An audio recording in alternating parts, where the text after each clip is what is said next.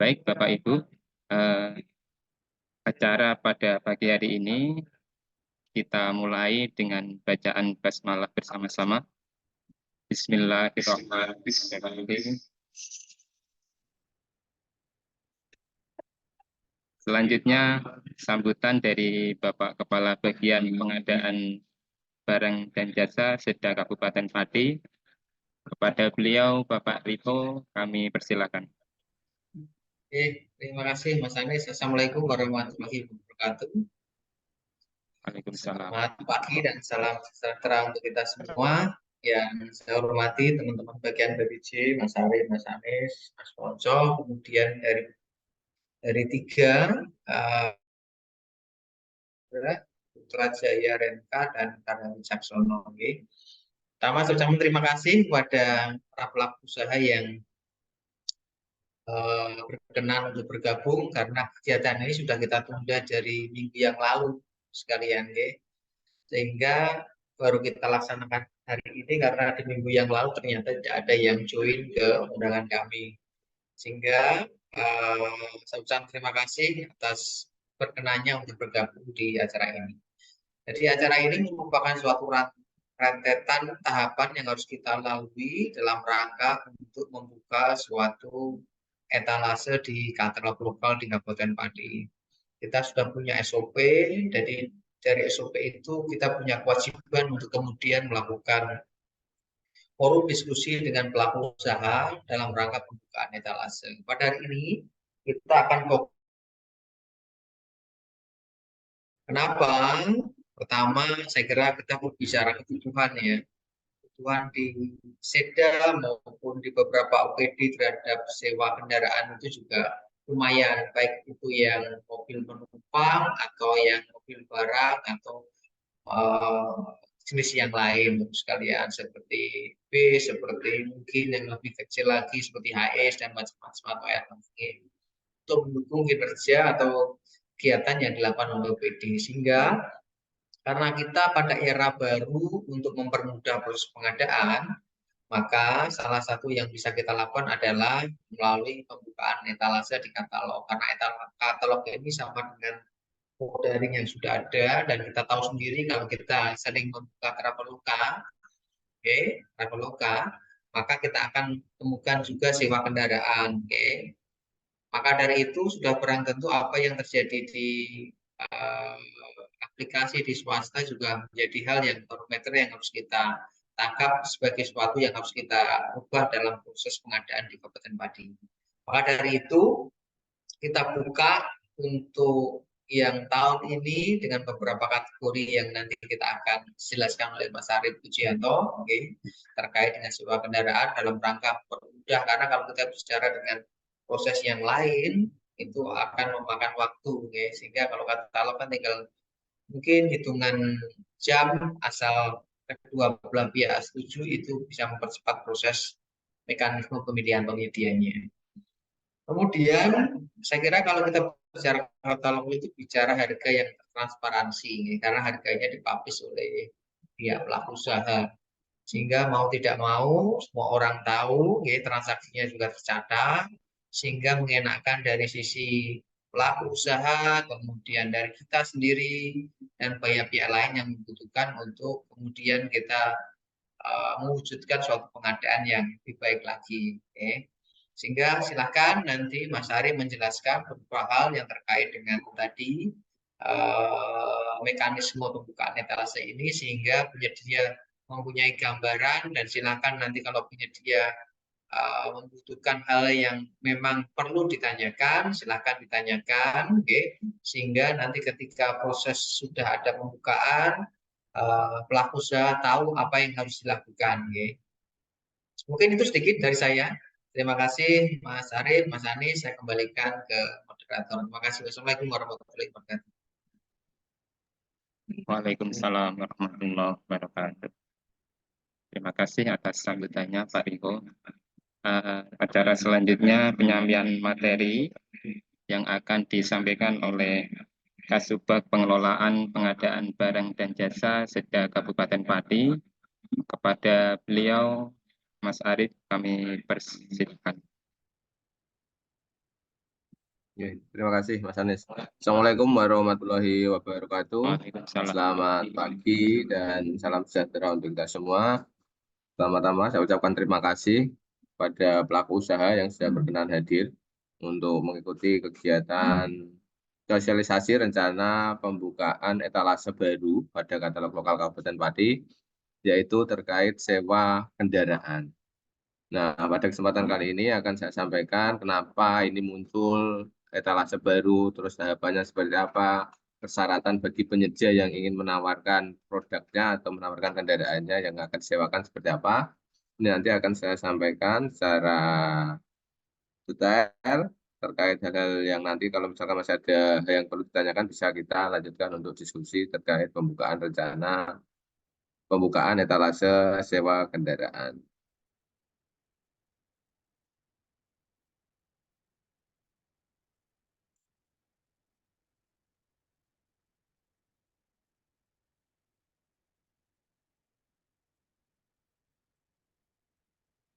Nah, ini adapun latar belakang dari pembukaan jasa sewa kendaraan itu yang pertama memang karena adanya kebutuhan dari pemerintah daerah terhadap barang jasa tersebut dalam hal ini yaitu sewa kendaraan.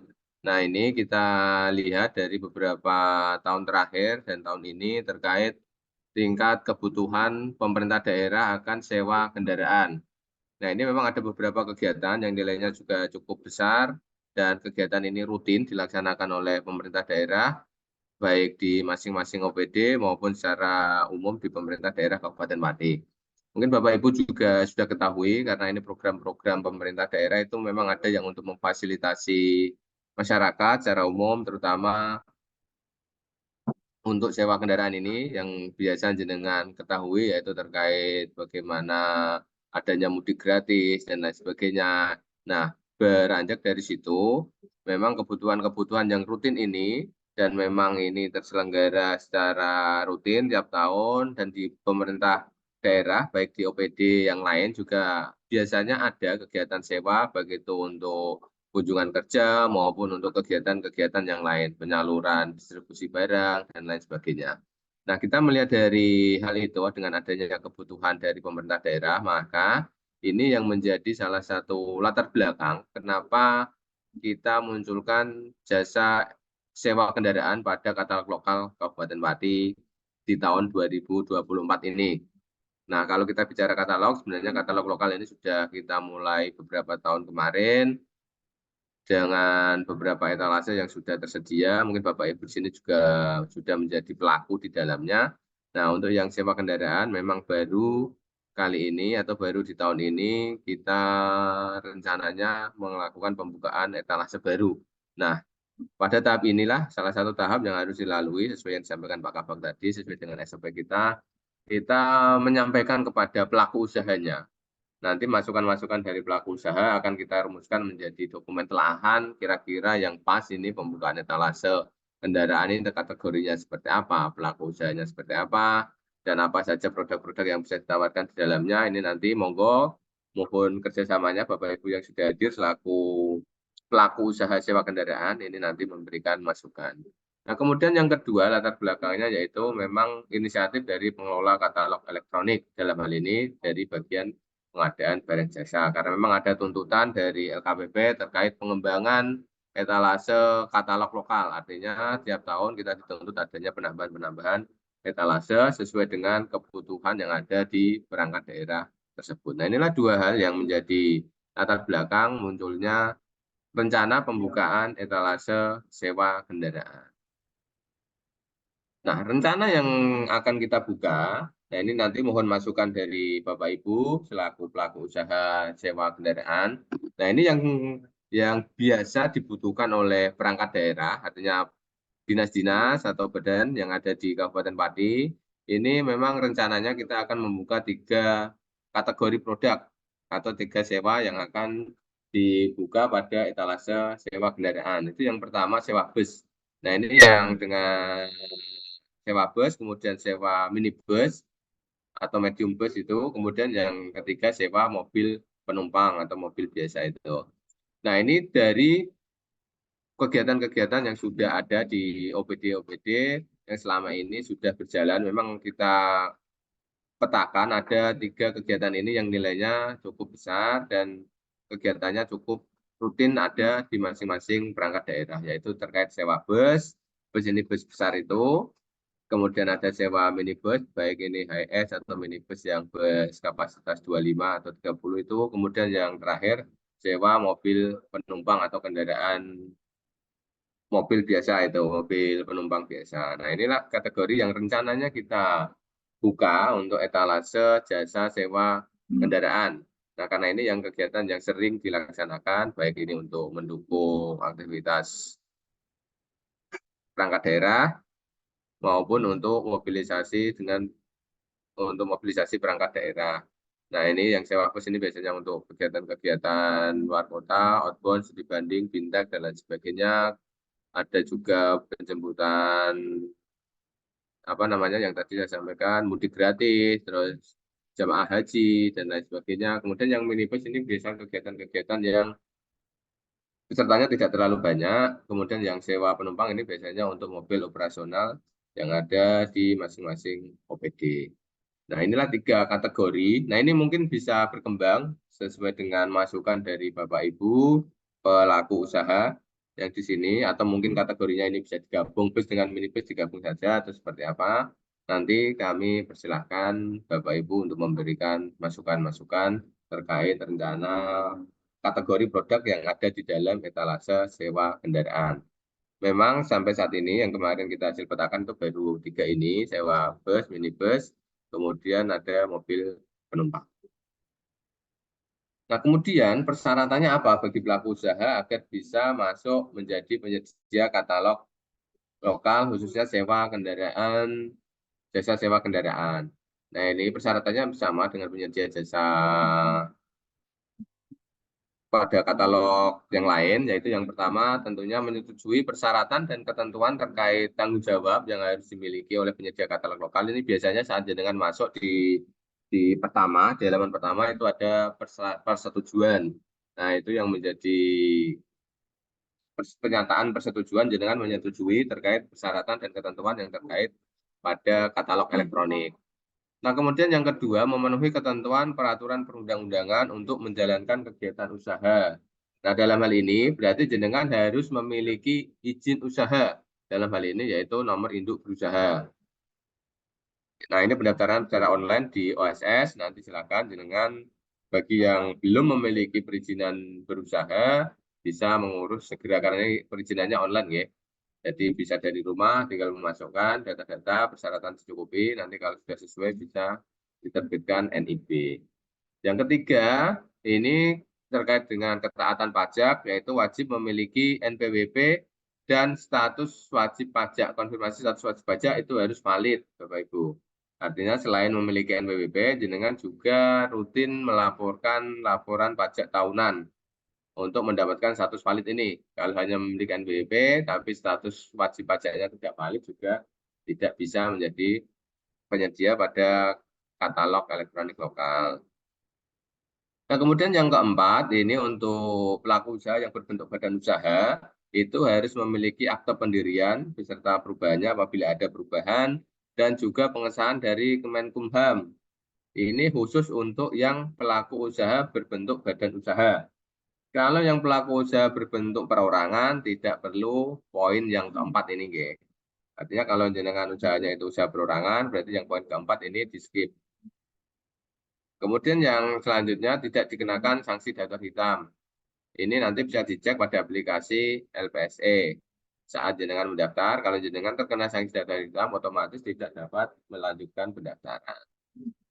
Nah, kemudian yang keenam yaitu menyampaikan informasi harga yang ditawarkan.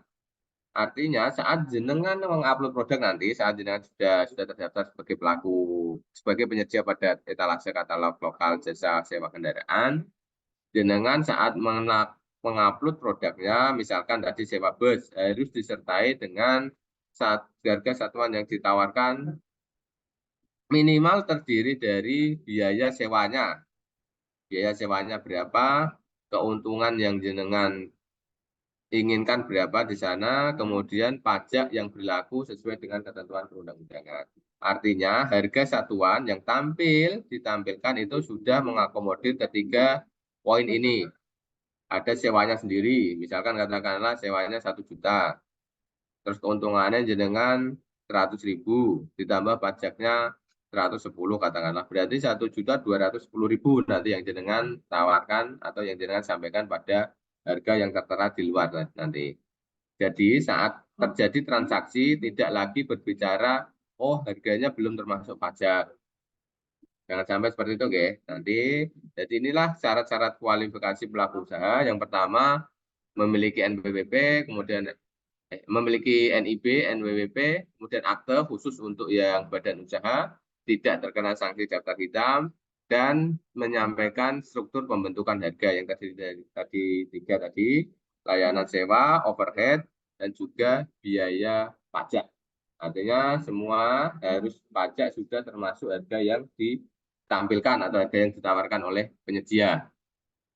Jadi jangan sampai saat sudah terjadi transaksi nanti ternyata harganya belum termasuk pajak.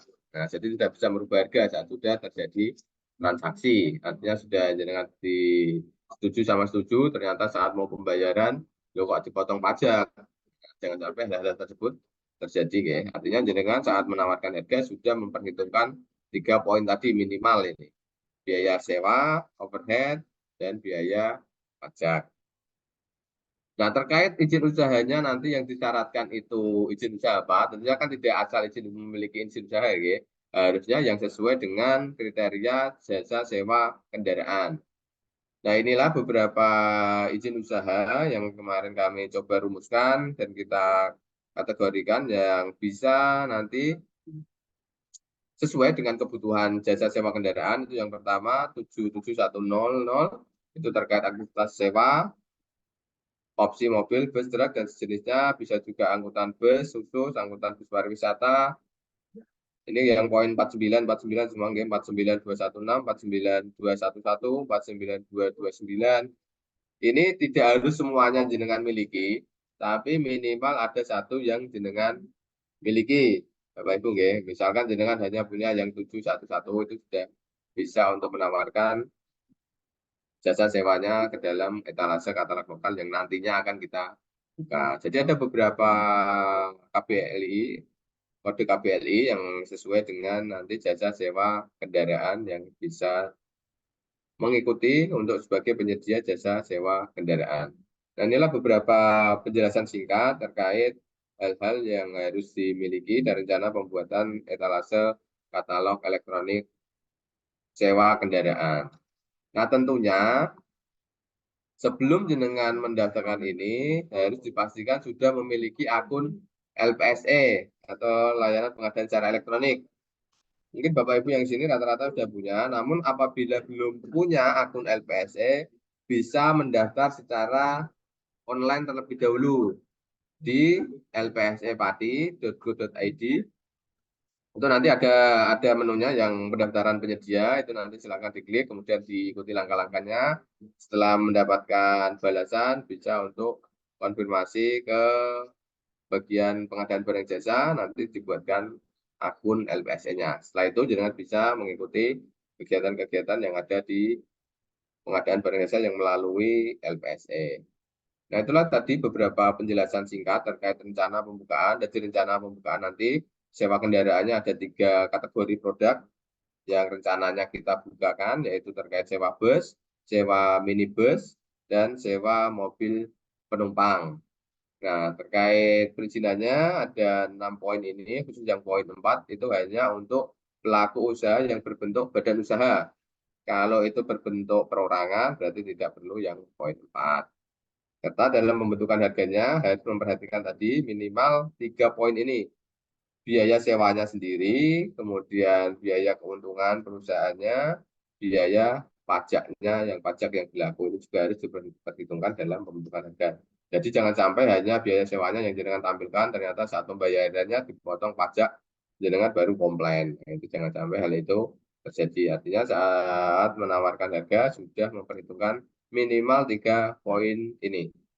Dan untuk perizinannya yang harus dimiliki, yaitu di bidang persewaan, antara lain yang tadi saya sampaikan KBRI 7100. Nah, ini monggo silakan apakah ini sudah sesuai dengan perizinan yang Bapak Ibu miliki atau tidak. Kalau memang belum ada atau nanti misalkan belum tercatat di sini ternyata itu sesuai dengan kriteria sebagai jasa sewa kendaraan, monggo silakan Bapak Ibu yang hadir di sini memberikan masukan-masukan kepada kami.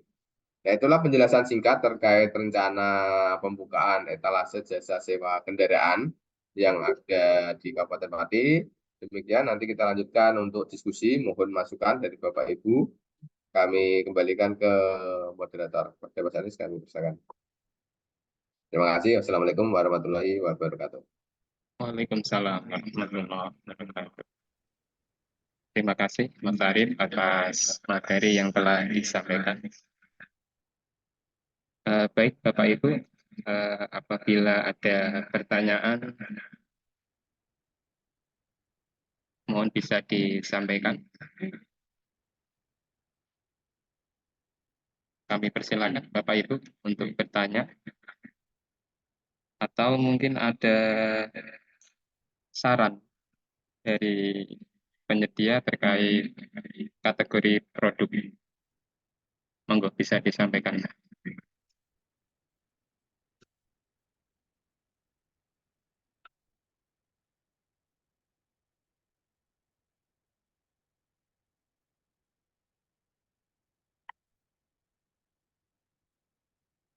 Ya, sedikit tambahan kepada Bapak Ibu terkait ya etalase jasa sewa kendaraan di sini. Mohon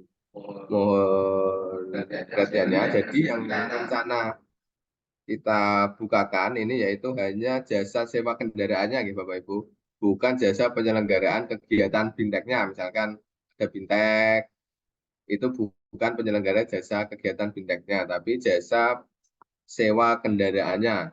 Jadi bukan include jadi satu, tapi yang rencana kita bukakan di sini yaitu hanya jasa sewa kendaraannya. Jadi bisa bus, bisa minibus, atau bisa mobil penumpang biasa. Mungkin itu sedikit penjelasan terkait rencana sewa kendaraan ini. Jadi jangan sampai nanti saat kita sudah bukakan, ternyata banyak yang muncul di sana jasa paket, fintech, dan lain sebagainya. Nanti karena itu tidak sesuai dengan dokumen telahan kita, tentunya akan kita turun tayangkan. Terima kasih.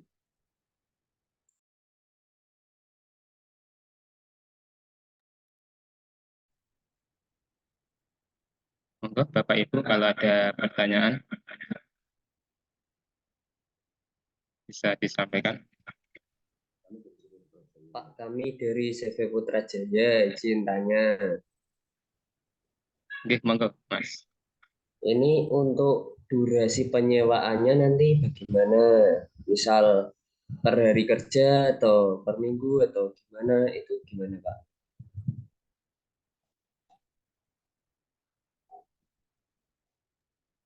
Sudah itu saja Mas. Ya, Ada yang lain? Enggak ada gitu. ya sementara itu Pak. Oke. Untuk durasi sewanya itu hitungannya per hari atau 24 jam atau seminggu hari kerja atau gimana?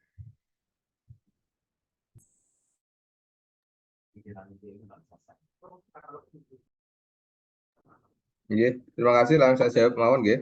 Dari CV Putra Jaya RNK terkait durasi penyewaannya dan harganya tentunya nanti itu bisa jenengan jelaskan di spesifikasi teknis yang ditawarkan.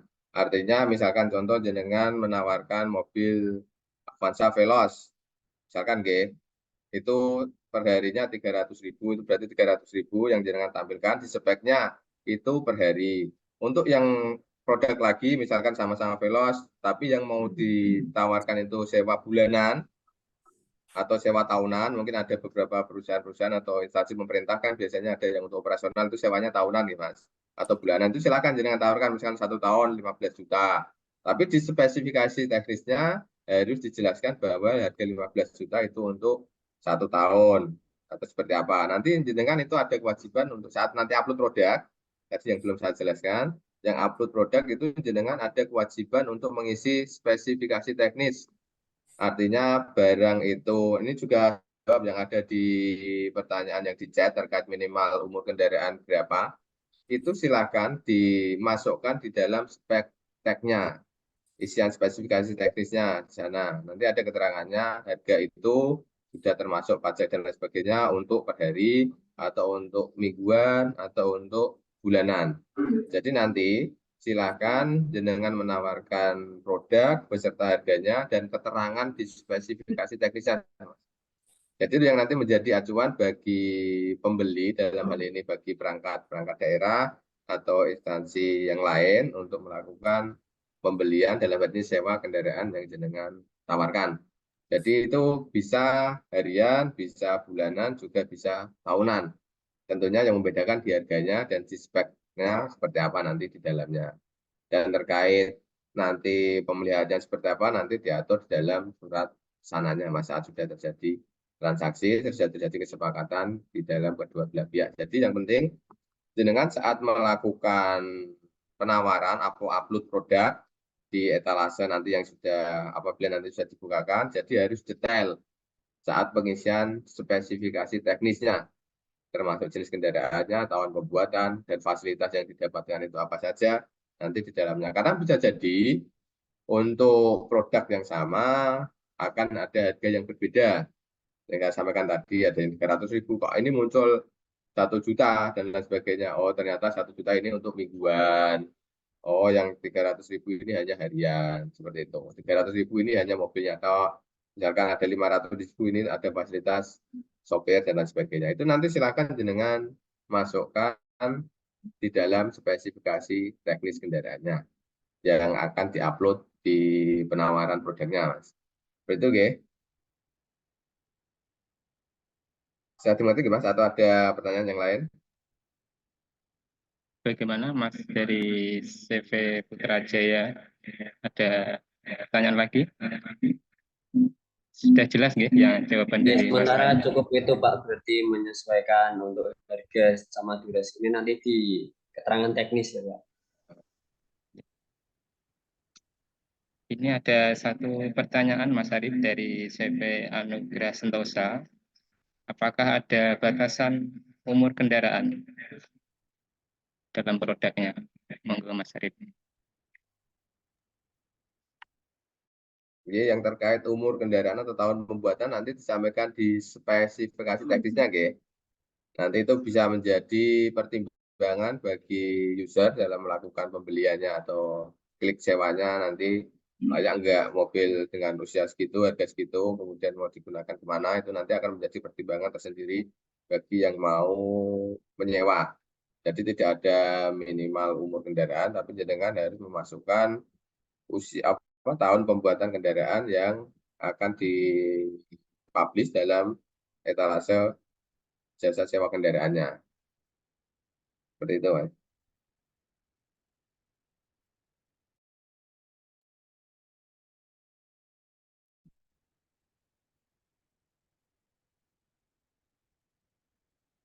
Ya. Ada pertanyaan lagi dari CV Anugrah Sentosa?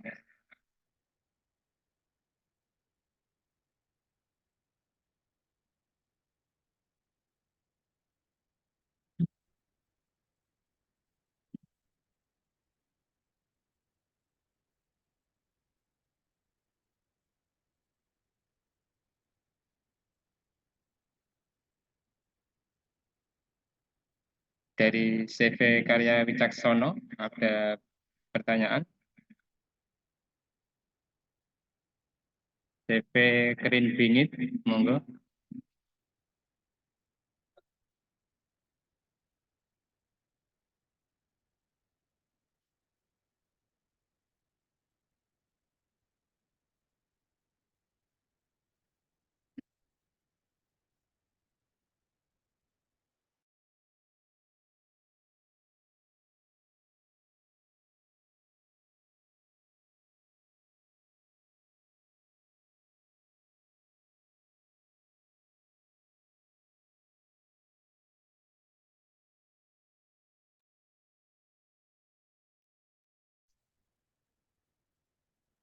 Sebelum acara kami tutup,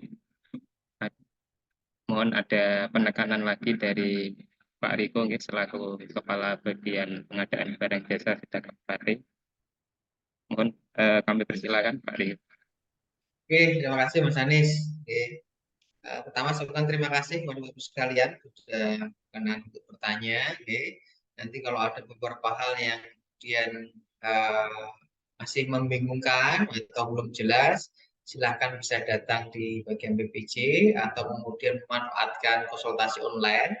Pendaftarannya ada di medsos sehingga Bapak Ibu sekalian tetap di ruang kerja atau tempat kerja masing-masing, nggak perlu ke sini juga bisa.